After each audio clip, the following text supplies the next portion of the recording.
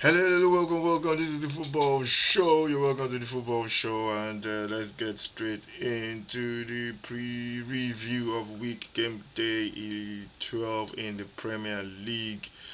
And yeah, what a big weekend it was. Loads of shocking results, man. There's some couple of shocking results in the Premier League, and yeah, it was. Very, very interesting. That's why we love this Premier League so much.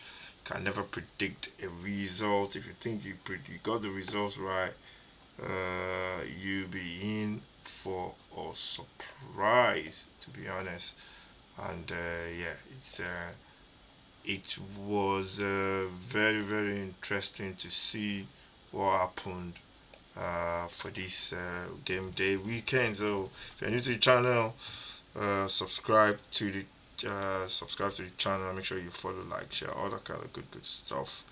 And yeah, it is the Premier League. This is the football show, uh, and this is week 12 review. Looking back on the week's football fixtures. So let's get straight into it. Yeah, game day week 12 review. Week 12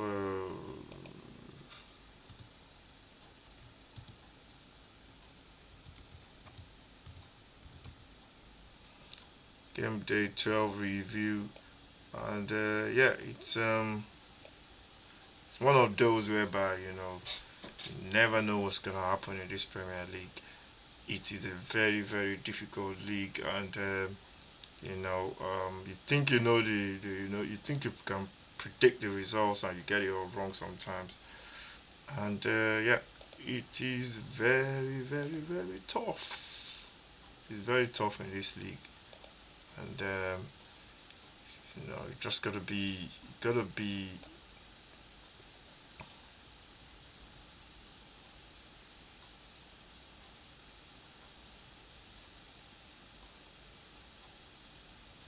Yeah, you just gotta be wary. Gotta be wary of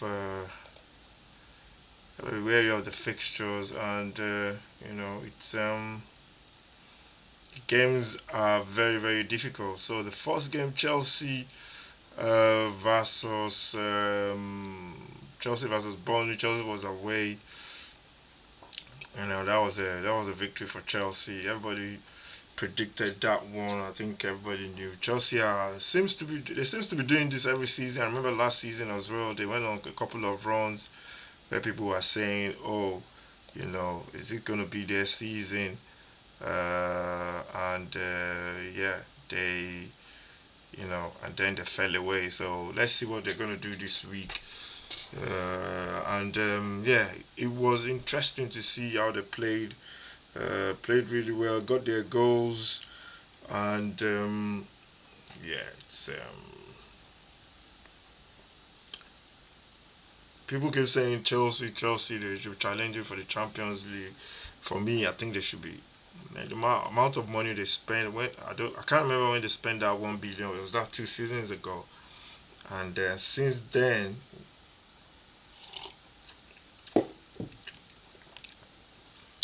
what have they actually done since then? They've not really done much since then in terms of pushing ahead and trying to go and win, the league. I know they won the Carabao Conference League or whatever they call it. They won the what do you call it as well? They won the World Cup, as they say, which for me is just crap, to be honest. So I think people should be expecting a lot from Chelsea with what they've spent. This squad has been together for how long now, and they're signing players left, right, and centre still. I think the people should be expecting them to challenge now for the title, and yeah, hopefully they can do that. But they won this game comfortably, really, against Burnley. Burnley often puffed. Chelsea got their goals from Neto and Fernandez to get the victory.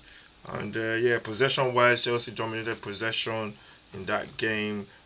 It was 69 to 41. Shots on target 15. Shots on target for two for Chelsea for Burnley. In terms of the shots on target for Chelsea, shots in overall compared to the shots on target, they had 15 shots overall, only four on target, which is not that good. The dominant possession, so yeah, I think they deserve to win that. And I don't think anybody will be surprised that Chelsea won that game. So yeah, Chelsea winning that one by 2 goals to nil, and yeah, this is expected. I think there's a lot of expectations on Chelsea, and especially next week when they play us this week. Sorry, when they play Arsenal on Sunday. If they beat Arsenal, they will be. I think somebody said they will be 3 points behind Arsenal. So I think people should be expecting a lot more from Chelsea now. They are no more, to be challenging for the top four. They should be calling them out for at least to spend a lot of money, go and win that league now. So um, we'll see what they do. Okay, going on to the next fixture, Liverpool and Forest. This one was a surprise to everybody. I think most people got this one wrong. I thought Chelsea were going to win. I thought for Liverpool were going to win this at home, and this result was just really, really shocking. To be honest, I think this result shows that Liverpool are way, way off where people expect them to be. They're struggling really, really badly. They're conceding goals, and yeah, Forest won this really, really, convincingly. They could have scored another goal, which was disallowed, and goals from Murillo and Savona and Morgan Gibbs White gave gave Forest that victory. I think they won their last season as well. Shots, just a couple of stats. Shots on target. They both had three. Liverpool Forest had 7 shots on target. That shows how many chances they created. Liverpool had three. Liverpool had total shots in general. They had 20 shots in general. Possession, Liverpool shaded it. No surprise there. But I think Arne Slot is under a lot of pressure. For me personally, every manager goes through a bad spell, and that's why we love football.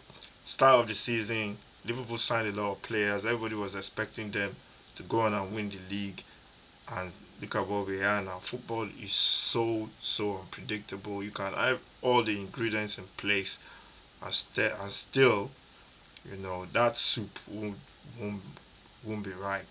That your dish that you think, oh, I boil everything, put my Maggi, all this sauce, you know. I guess football is not like cooking or everything else you do. Sometimes, you can have everything in place, but things you could still get stuff wrong, and that's what's happening to Liverpool.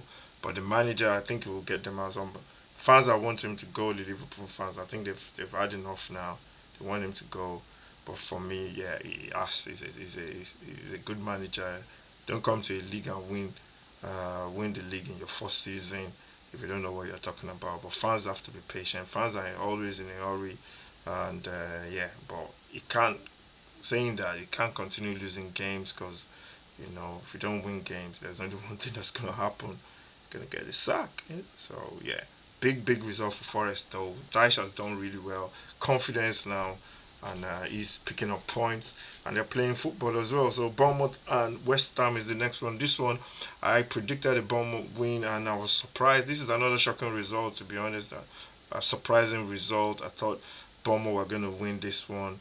Well, West Ham have shown a lot of resurgency now under this new manager, under Nuno, and they went 2 goals up. They were leading 2 goals to nil. Goals from Callum Wilson. I remember when they signed him, West Ham fans were saying, "Oh, he should be on the players to go contract." Blah blah blah. There was a lot of talk about, "Oh, he's not good enough." And for me, Callum Wilson has always been a good player. You can see him when he was at Bournemouth before he left to go to Newcastle. But he's got a lot of injuries. Hopefully, he's over those kind of injuries now, and he can put in a couple of good performances for Liverpool, and hopefully, sorry for West Ham, and hopefully, score some goals for them. But he showed against his old side, he scored 2 goals. One of the goals was just took the goal really really well. But Bournemouth got back. Unai, one of the goals as well scored by Unai was a beautiful goal. They played the ball into him. He took a touch, turned the defender, and a beautiful finish. And yeah, I think Bournemouth. That's one thing about Bournemouth. They never give up. They've got a really, really good manager. They keep going. They play with a tempo for 90 minutes, and they got a draw in that one, which you don't think any other side will struggle to get back into that game. But yeah, Bournemouth got over the line and got at least a draw. So let's check the stats for that one. Stats in that one is overall stats in that one. Possession or stake is Bournemouth dominate with most of the possession. 21 shots on target from Bournemouth as well. Sorry, 8 on target, 21 shots in total. West Ham three shots in total, 2 on target. So you can see West Ham very conservative, but they were deadly on the counter. Possession wise, West Ham 24% and Bournemouth 76%. So yeah, you could see the difference in that in the possession. But yeah, West Ham doing really well, and yeah, Bournemouth, you know, they're very difficult to beat, and they win at least. They give anybody a game any day, and that was a good result for West Ham. Although Bournemouth will be happy with the draw. Let's go on to the next game, which is Wolves and Palace. This one this was a banker, to be honest. Palace was always going to win this game, and I don't think anybody will disagree, to be honest. And Wolves are going through a lot of problems. They've got a manager there that basically is, is he was at Luton before, got relegated with Luton, got a job with Middlesbrough. Now he left Middlesbrough for Wolves. I think it's just a case of quality for Wolves. I think they'll go down. Palace, on the other hand, playing really, really well. Good manager as well. He showed what he can do in this league. Glasner, and some stats for that: 7 shots in total for Wolves, 9 for Palace, 1 on target for Wolves. That sums it up. Palace had 4 on target. Possession 54, 46%. There's not much in the possession. Palace played a brand of football that they've been playing for under this manager, and they always get goals, and the goals from Munoz and Pino was goals to win it for Palace. And yeah, it shows what the manager is building at Palace, and they're doing really, really well. And this one was always going to be 3 points to Palace, to be honest. Go on to the next fixture in game day 12 in the Premier League. Got Brighton and Brentford. This one ended 2 goals to 1. Brentford winning. Brighton winning, and Brighton at home. Really, really good side. They play a good brand of football. I like the manager, and that's one thing about Brighton. They play the same kind of football, whatever the manager. They got a framework in place, and they just bring the manager and put it in. It's like plug and play, bring in the players and put it in as well. But whether they'll go on to be, like into the top, I think they're a similar club to Brighton, to Bournemouth, but I think Bournemouth might make that jump into challenging for top four regularly. I think Bournemouth might make that jump, but problem might be the squad as well. Welbeck scoring, good goal for Welbeck as well, and then Thiago with a penalty to equalize. No, actually they scored first. I can't even remember. It's been a while. Brentford scored first, and then um, Welbeck, Thiago with the pen, and Welbeck got the equalizing goal, and Inchwood with the winning goal. And I think Thiago had a penalty as well, which was he missed the penalty. And yeah, it's one of those whereby it's is it two teams that are doing really well in the league. And Brentford. I think they're difficult to pick. Initially I thought they were going to struggle, but they've shown that they can compete in the league this season. Shots on target 11 for the home side Brighton, and 7 for shots in total. Sorry, 11 for Brighton, 7 for Brentford. With Brighton having 4 shots on target. Both have 4 shots on target. Shows how balanced the game was. Possession wise, 67 Brighton, most of the possession, 33% for Brentford. And yeah, it's I thought Brighton were going to win, so I guess it just shows they're a better side than Brentford. But Brentford battled really well for that one, and the game could have could have gone either way really, because when I watched the Brentford really battled hard for that game. Um, Go on to the next game, which is in the game day 12 fixtures. Fulham and Sunderland. Fulham winning by a goal to nil. For Sunderland have been good in this league. They are one of the best teams in the league. They are coming from the championship into the league, and they're playing really well. They're playing really well. They're giving teams tough games. Raul Jimenez scoring in the 84th minute to give Fulham the goal. It was a good goal as well. Chukwueze with a cross from his natural left hand side. That's what I always say sometimes. Now you see inverted wingers.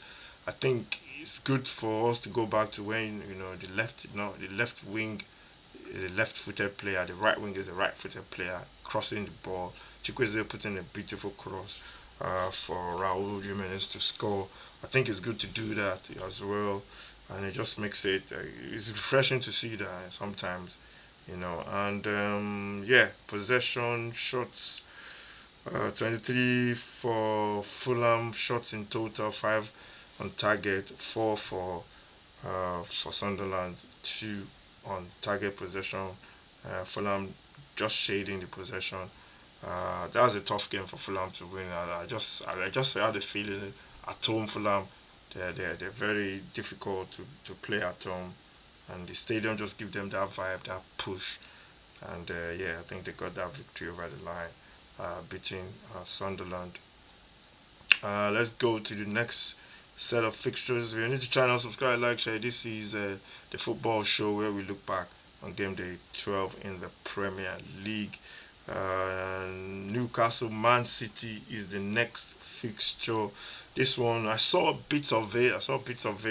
And from the onset, you can tell Newcastle we are up for it, man. With that crowd behind them, and City couldn't control the game the way they would have loved to, and they got their goal through Diaz for City, 68 minutes, uh, which was the equalizing goal. Harvey Barnes scored the first goal 64 minutes, and he scored another one in the 78th minute. City just look defensively that they're going to give you chances to score, and it's going to be like that throughout the season for City. Hopefully, they can get their form together. But the City are not the City of old, I don't think, and they're just shipping goals. They can't keep their defense watertight, especially against some sides, especially against Newcastle. Newcastle are very tough away from home, to be honest. If you go to Newcastle, you know you're in for a game. So yeah, it's interesting. It was an interesting game, but from the off you can tell it's going to be a tough day for City. Shots in total 7 for the home side. It shows how they defended. City had 17 shots in total, 4 on target, and Newcastle had more shots on target. Possession 67-33 in favor of uh, of City, and yeah, this was a smash and grab from Newcastle, to be honest. But the game was, you can tell the way the game was. It looked like every time Newcastle attacked, they were going to score, and there's a good victory for Newcastle. Going on to the next one, which is in this game day 12 fixture. Next one is Leeds versus Villa, which ended 2-1 in favor of Villa.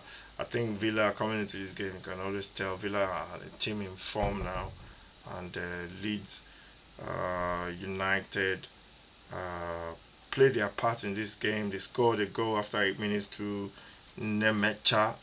Nemecha. I don't know. I'm Nigerian, but I'm butchering that name. But he scored after 8 minutes, and as you can tell from the game that as soon as Villa scored a good two good goals from Morgan Rogers. He's one hell of a player. That guy is a very very good player. Comes into the box, arrives late. The finishing for the second one, I think it was the first one or the second one, was just class. And Villa kept pushing, kept pushing, kept pushing, and they got the winning goal 15 minutes before time to get the victory. And stats in this one: shots 11, 14 in total for Villa, and they had 3 shots on target. They both have 3 shots on target. Possession wise, 45, 55%, not much in the possession. I think the difference between this game is just the quality in the final third, and I think Villa had that, and that gave them the victory. So Villa winning that by 2 goals to 1. The next game we're gonna go is Tottenham versus Arsenal at the Emirates. Um, I saw this one. It was bad in terms of, from a Tottenham fan perspective. This one was just one-sided from the off. Tottenham sat back, soaking up possession pressure, no press on the ball, transition zero, in possession all over the place. They couldn't string 2 passes together. If this was a boxing match, the referee would have stopped it because it was just a beat down all round. Tottenham didn't even lay a glove on Arsenal. And yeah, Tottenham end up losing 4 goals to 1. Easy grabbed his hat trick. Trossard with a goal against Tottenham. Richarlison with a goal that should win any game of football. But Tottenham were just bad, just really, really bad. Arsenal flying now with City's defense, and Liverpool shaking. I think Chelsea might be is the only one that maybe could give Arsenal a run for that title. So far, Arsenal are they're doing really well. It's only 12 games in, but they look really good. They're winning games, especially they have injuries as well. So yeah, from a Tottenham perspective, I don't want Arsenal to win the league because I'll never hear the last of it. But they play their football and they deserve it. They should. They definitely will win it. But yeah, it's going to be lots of twists and turns. So in terms of this game, they destroyed Tottenham. Stats wise, they had 17 shots in total. On target, they had 8. That shows the domination. Tottenham had 3 shots on target, two two on target, 3 shots in total. Possession, Tottenham had 43. Arsenal had 57%. The possession is not saying much about domination from Arsenal. It was just total domination, and yeah. As a Tottenham fan, I don't want to see that again from Tottenham. That was shocking. That was so bad. 0.07 xG as well. Um, that got a lot of Tottenham fans talking. That was bad. That was really bad. And then off to the last fixture of the round, which was Manchester United and Everton. That one ended 1 goal to 0. Everton winning it with a cracking goal from Kenan Duxbury, Duxbury, Dewberry, Kenan Dewberry Hall. A fantastic goal from his right foot, his wicked foot as well. They had a man sent off when 2 players were fighting. For me, I don't think they pushed each other around, and Idris Gueye got sent off for me. Football is passionate, man. A yellow card will have sufficed for me. It's not like they punched him, slapped him in the face, but I understand the PC world whereby we don't want to be showing this on TV, encouraging kids to be punching each other. But kids will fight anyway. Kids football, I've been to kids football where kids want to fight each other. So it's just a natural woman, yeah, human behavior. When something is competitive, people want to, you want to fight, because it's normal. It's competitive. Football is a passionate game, Nobody's encouraging fighting, but sometimes it just is something that's normal. That's normal, and I think the red card is a bit too much. So that's the last game that we're doing. This is all about. This is the football show, and that's the last game. Make sure you subscribe to the channel. This is the football show. The team of the week will be posted on the channel, and yeah, make sure you subscribe to the channel. And yeah, I think my man of the week basically will be, let me see, the player that stood out for his team this weekend. Man of the week, or player of the week, sorry, player of the week for me will be. I've not done this before, but it's just something I came up with now. Player of the week will be. Let me see. Um, uh, Let me see. I think my player of the week will be Morgan Rogers for his goal against Leeds. Those goals were class, man. Two goals, but one of them I really like those kind of goals. Just at the near post, we just flicked it into the back of the net. Great run, and yeah, I think I'll go for Morgan Rogers. So thank you for watching. This is the football show. I'll see you next time. Make sure you take care of yourself, and God bless.